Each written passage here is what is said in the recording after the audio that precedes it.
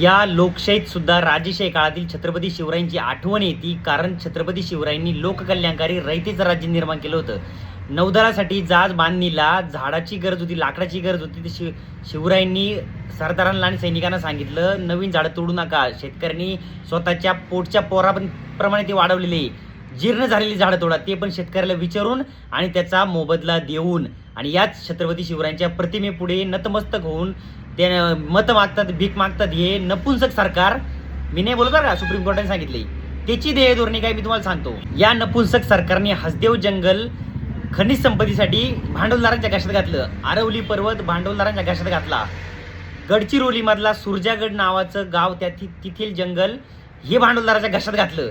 आणि आता ताडोबा व्याघ्र प्रकल्प सुद्धा तोडून भांडवलदाराच्या घशात घालत आहे. नाशिकमध्ये होणाऱ्या 2027च्या कुंभमेळ्यासाठी तपोवनमधील झाडं तोडून तपोवन सुद्धा भांडवलदाराच्या घशात घालण्याचा यांचा विचार चालू आहे. ताडोबा अंधारी व्याघ्र प्रकल्पामध्ये जंगलामध्ये लोखंडाची पोलादाची खाण उभारून 60 वाघांचं अस्तित्व धोक्यात आलं आहे. येथील डोंगरावरून 4 ठिकाणी पाणी पुरवठा होतो, पाणी साठा होतो, त्या पाण्याचा स्रोत सुद्धा धोक्यात आला आहे. राज्य वन्यजीव महामंडळाच्या 6 जानेवारीच्या दिवशी झालेल्या बैठकीत सुद्धा याला विरोध करण्यात आला, तरीही मुख्यमंत्र्यांनी तो विरोध डावलून त्या खाणीला परवानगी दिली. तज्ज्ञांच्या समितीच्या मंडळाने 7 वर्षापासून ती खाण त्या जंगलात होऊ नये म्हणून अहवाल दिला, तरीही मुख्यमंत्र्यांनी जबरदस्तीने ती खाण तिथे मंजूर केली. पूर्ण देशात लोहार डोंगरी सारखे, ताडोबा सारखे 4च जंगल आहेत आणि हे जंगल आपल्याला वाचवायला हवं. आता मला सांगा, या लोकशाहीमध्ये या सरकारपेक्षा राजेशाही काळातील शिवरायांची आठवण का येऊ नये?